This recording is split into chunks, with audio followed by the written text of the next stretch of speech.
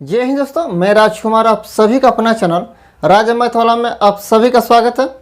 आइए हम लोग पढ़ते एसएससी एमटीएस का प्रीवियस ईयर क्वेश्चन। इसके पिछले क्लास में हम लोग देख लिए थे क्वेश्चन नंबर 5 तक। देखते हैं क्वेश्चन नंबर 6 से। सेट नंबर है 11/7/2022 का सेकंड शिफ्ट का प्रश्न है। ठीक है, देखिए प्रश्न 6 क्या कर रहा है। यदि कोई धनराशि साधारण ब्याज पर 4 वर्षों में 3 गुनी हो जाती है तो उसी ब्याज दर पर 5 गुनी होने में लगने वाला समय ज्ञात कीजिए। देखिए जब ऐसा प्रश्न रहा है तो एक फार्मूला होता है क्या, T1 बट्टा T2 बराबर N1 माइनस 1 बट्टा N2 माइनस 1। देखिए T1 का जो पहला समय दिया है और एम T2 दूसरा समय। पहले कितना गुना हो गया, बाद में कितना गुना है। N1 जो पहले कितना गुना हो रहा है और बाद में दूसरा N2 बाद में कितना गुना हो गया। ठीक है, अब यहाँ वाला T1 दिया है 4 साल, 4 साल T2 हमको निकालना था। T2 होना देता है बराबर N1 4। कोई राशि मेरे पास जो राशि है और साधारण ब्याज पर लगाते हैं तो मेरा 4 साल में कितना हो रहा है, 3 गुना हो जा रहा है। यानी N1 कितना है 3, तो 3 माइनस 1। अब कितने साल में हम 5 गुना हो जाएगा। राशि मेरा समान है, अब वही राशि कितने समय में 5 गुना हो जाएगा। तो N2 कितना आ गया 5 माइनस 1। देखिए 4 बट्टा T2 बराबर 3 में से 1 गया 2 बट्टा 5 में से 1 गया 4, 2 से कटा 4 2 बार में। अब देखिए जब बराबर में चिन्ह रहता है तो तिरछा तिरछी गुना होगा और ऊपर ऊपर कटता है नीचे नीचे कटता है। ठीक है, तो T2 बराबर आ गया 4 दूनी 8, यानी 8 साल में वही राशि 5 गुना हो जाएगा। ठीक है, ऑप्शन नंबर ए। आइए भी देखते हैं क्वेश्चन नंबर 7। देखिए प्रश्न 7 क्या कर रहा है। यदि कोई धनराशि 15 वर्षों में स्वयं की 6 गुनी हो जाती है तो साधारण ब्याज की वार्षिक दर लगभग कितनी है। देखिए मान लीजिए मेरे पास 1 रुपये है, 100 रुपये कुछ भी मान सकते हैं। तो मान लिए कि मेरे पास 1 रुपये है और 15 साल में यही राशि 15 साल में यही राशि स्वयं की 6 गुना हो जाए। कितना गुना, 6 गुना हो गया। ये मेरा क्या है, 1 रुपये मान है, मूलधन मान है। ये मेरा जो 6 रुपये आया ये मेरा मिश्धन आया, अमाउंट आया। ठीक है, मिश्धन बराबर का होता है, अमाउंट बराबर होता है मूलधन प्लस ब्याज। ठीक है, मेरे पास राशि कितना था, 1 रुपये था, मेरा है कितना 6 रुपये। यानी जो इसमें अंतर है 5 रुपये का, यानी 5 पे हमको ब्याज मिला है। तो साधारण ब्याज का फॉर्मूला क्या होता है, ऐसा ही बराबर होता है मूलधन गुने दर गुने टाइम बटा 100। मेरे पास साधारण ब्याज कितना मेरा है 5 रुपये, तो 5 रुपये बराबर मूलधन कितना माने थे 1 रुपये माने थे, तो 1 रुपये गुना हमको रेट हमको निकालना है, रेट हमको मालूम नहीं है तो आराम देते हैं आ। टाइम कितना है 15 साल बट्टा 100, 5 से कटा 15 3 बार में, यानी आर बराबर आ गया 100 बटा 3। अब इसे तोड़िएगा तो कितना का 33.33%। कटेगा नहीं, रिपीट होता चलेगा। ठीक है, तो 33.33%। ठीक है, ये मेरा आंसर आ गया। Option number B. आइए फिर देखते हैं क्वेश्चन नंबर 8 है। देखिए प्रश्न 8 क्या कर रहा है। J1 अकेले किसी कार्य को 10 दिनों में पूरा कर सकता है, J2 अकेले उसी कार्य को 12 दिनों में पूरा कर सकता है, जबकि J3 अकेले उसी कार्य को 15 दिनों में पूरा कर सकता है। वे एक साथ काम करते हैं और कार्य पूरा करते हैं और कार्य को करने के लिए कुल 2250 रुपये प्राप्त करते हैं। J1 और J3 के हिस्सों के बीच अंतर क्या है। मान लीजिए कि मेरे पास हम 3 मजदूर लगाए हैं, J1 J2 और J3। J1 J2 और J3 3 मजदूर हम काम पर लगाए हैं। ठीक है, और J1 को लगाते तो मेरा 10 दिन में काम खत्म हो रहा है, 10 दिन में। J2 12 दिन में पूरा काम खत्म कर रहा है और J3 उसी काम को 15 दिन में खत्म कर रहा है। ठीक है, सॉरी, ये मेरा क्या होगा, समय होगा। समय जब टोटल काम निकालने के लिए हम क्या करते हैं, इसका एलसीएम लेंगे तो एलसीएम कितना का 60। ये में टोटल वर्क आ जाएगा, टोटल वर्क। जब टोटल काम में हम समय से भागा देंगे तो मेरा क्या आएगा, क्षमता आएगा, क्षमता। ठीक है, तो 10 से भागा दो 6, 5, 4। देखिए अगर मेरा पूरा काम खत्म हो रहा है तो हम कितना दे रहे हैं, 2250 रुपये। टोटल जो राशि है 2250 रुपये पूरा काम खत्म होने पर मिल रहा है। तीनों में बांटना है, तीनों एक साथ काम किया है और एक साथ काम खत्म हो रखा है, ठीक है। तो देखिए या तो आप इसका काम से डिवाइड कीजिए या क्षमता से, तो क्षमता से ऐसा नहीं रहेगा। मान लीजिए कि टोटल मेरा काम जो है एक दिन हमको काम चल रहा है, ठीक है, इसको काम छोड़ दिए। मान कि एक दिन मेरा काम चला, एक दिन में हमको राशि कितना बांटना है, 2250 रुपया।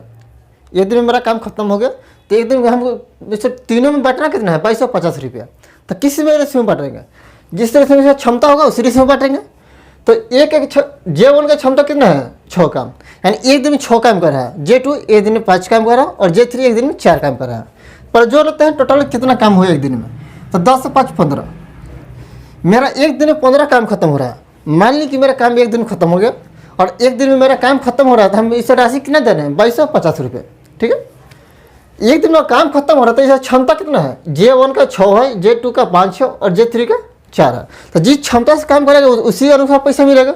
तो टोटल क्षमता कितना है, यानी एक दिन में मेरा काम कितना होगा, 15 काम। तो 15 काम का मान और 15 काम मेरा हो जाता है तो हम राशि कितना दे रहे हैं, 2250।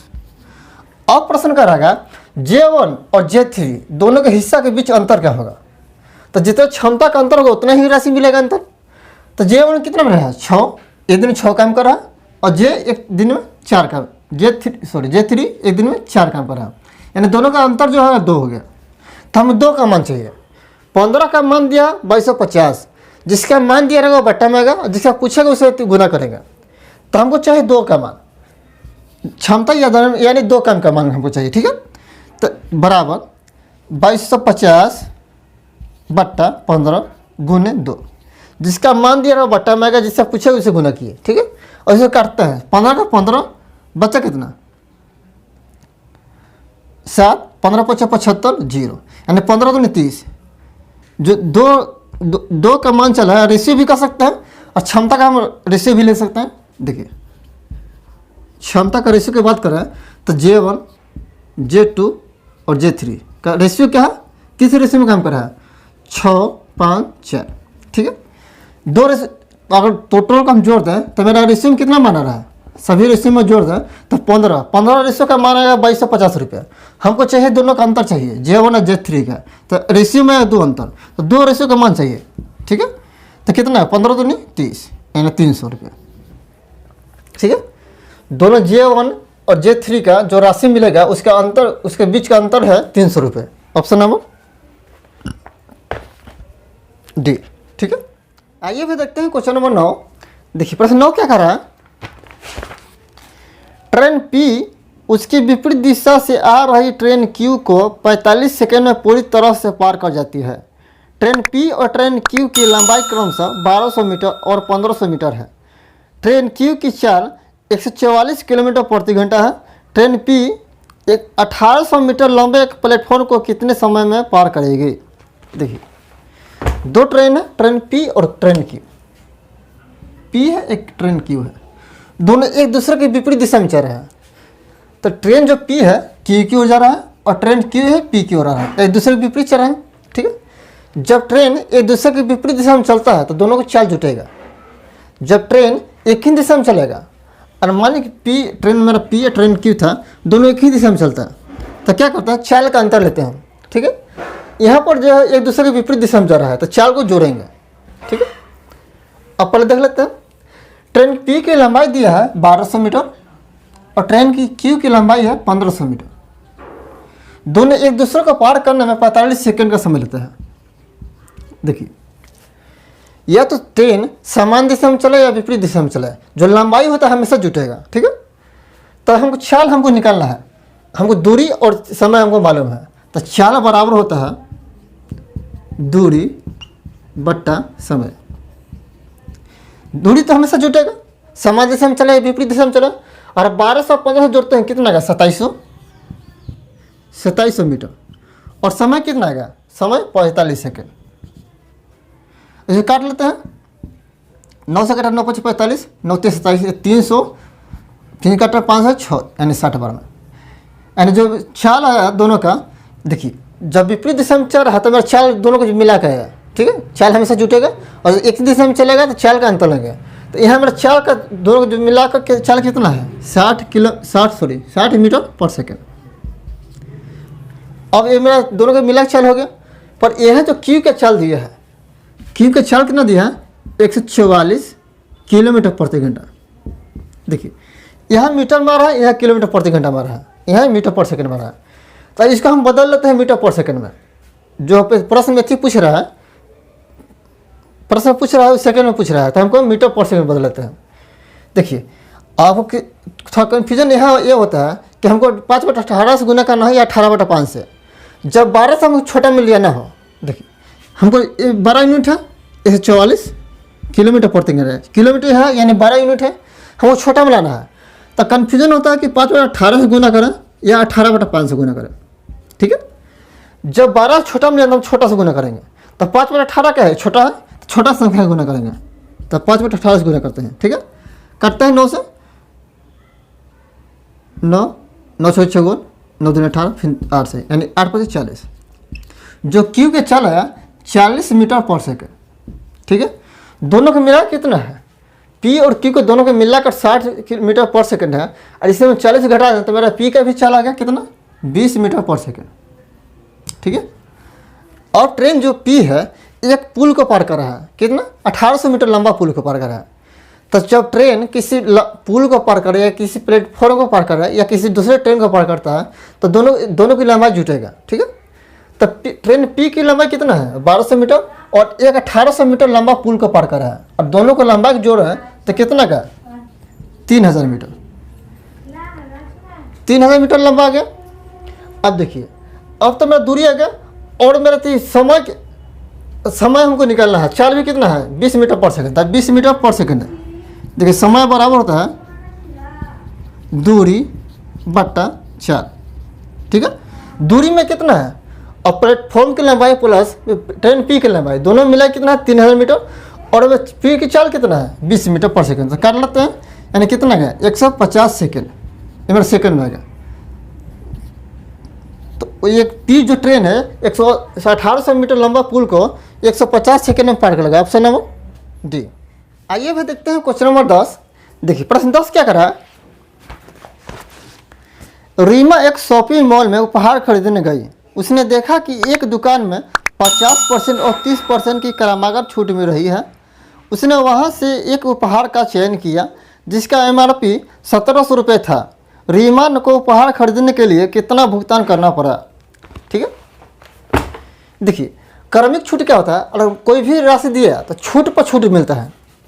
छूट कितना, पहले 50% दिया उसके बाद 30%, दो को क्रमिक छूट मिल रहा है। अब ऐसा नहीं कि दोनों को हम जोड़ के छूट दे देंगे, ठीक है। जो राशि को तो पहले 50% छूट मिलेगा, जितना राशि का उसका फिर 30% छूट देता है। तो इसका देखिए समतुल वृद्धि का है, समतुल छूट है, फॉर्मूला का कितने समान होता है। देखिए हमको छूट मिल रहा है तो समतुल छूट बड़ा होता है x plus minus Y plus minus X गुना वाई। देखिए एक्स वाई प्लस माइनस क्या है, अगर छूट में रहा तो माइनस लेंगे और वृद्धि कर रहा है तो प्लस लेंगे, या ये भी कह सकते हैं और हमको लाभ हो रहा है तो प्लस लेंगे और हानि हो रहा है तो माइनस लेंगे। पहले एक्स वाई क्या है, दो को छूट रहा तो दो को मान लेते हैं, एक एक्स एक वाई मान लेते हैं, ठीक है। दोनों छूट में रहता है, चिन्ह क्या लेंगे माइनस लेंगे। तो 50 -50 -30, जब माइनस माइनस गुना करते हैं क्या होता है प्लस होता है। तो प्लस एक्स गुना वाई, तो एक्स कितना है 50 गुने बट्टा में 100 है, सॉरी बट्टा में 100 है। तो 50 गुने 30 बट्टा 100, 0 2 0 से 2 0 कैंसिल हो गया। अब इसे जोड़ते हैं -50 और -30 यानी माइनस का 80 और प्लस 15। अब इसका जोड़ेंगे कितना का माइनस का 65, यानी 65% डिस्काउंट में रहा। ऐसा नहीं कि 50 और 30 दोनों जोड़ कर हमें 80% नहीं मिलेगा, मिलेगा कितना 65% डिस्काउंट, ठीक है। और कोई राशि और 100 रुपये का राशि है तो मिल रहा है कितना में, उसे 65% छूट दे रहा है तो बेचेगा कितना में 35 रुपये में। यानी ये मेरा क्या होगा, ये देखिए ये मेरा ये जो छूट मिलता है क्या मिलता है MP में मिलता है, तो ये मेरा मार्क प्राइस है। और मार्क प्राइस 100 रुपये मेरा मान लिए तो हम बेच रहे हैं कितना में, SP हमारे किसी वस्तु का हम अंकित करते हैं, तो कोई वस्तु हम जितना हम खरीद कर लाए हैं मेरा क्रय मूल्य होता है अब उसका कुछ दाम उसका और ज़्यादा जोड़ कर लिख दिए तो हमारा क्या होता है, एमपी होता है, यानी मार्क प्राइस होता है या अंकित मूल्य होता है। ठीक है, जिस वस्तु हम जिस मूल्य पर बेचते हैं तो हमारा क्या होता है, एसपी होता है, यानी विक्रय मूल्य होता है। मेरा मार्क प्राइस कितना है, 100 रुपया, और 100 रुपये का वस्तु हम दाम उसे लिखे हैं तो छूट कितना दे रहे हैं, 65%, यानी बेचेंगे कितना में, 35 रुपये में। ठीक है, यहाँ तो मेरा 100 रुपये मान है, पर यहाँ जो मेरा मार्क प्राइस है, एमआरपी है 1700 रुपये है, यानी 100 का मान दिया 1700, हमको चाहिए 35 का मान। ठीक है, तो 100 का मान दिया है 1700, हमको चाहिए 35 का मान। तो जिसका मान दिया हुआ बट्टा में आएगा तो 1700 बट्टा 100, जिसका पूछा उसे गुना कर देंगे, गुना 35, 2 0 2 0 कैंसिल, अब 35 गुने 17 कर देंगे, 35 गुने 17, 17 5 85, हाथ में बचा 8, 17 17 51 51 8 59, यानी 595 रुपया। जो 1700 का जो गिफ्ट ले रहा है महिला रीमा, ठीक है रीमा, और 1700 गिफ्ट का मूल्य है, तो उसका रीमा कितना में खरीदेगा, 595 रुपया में। ठीक है, ऑप्शन है वो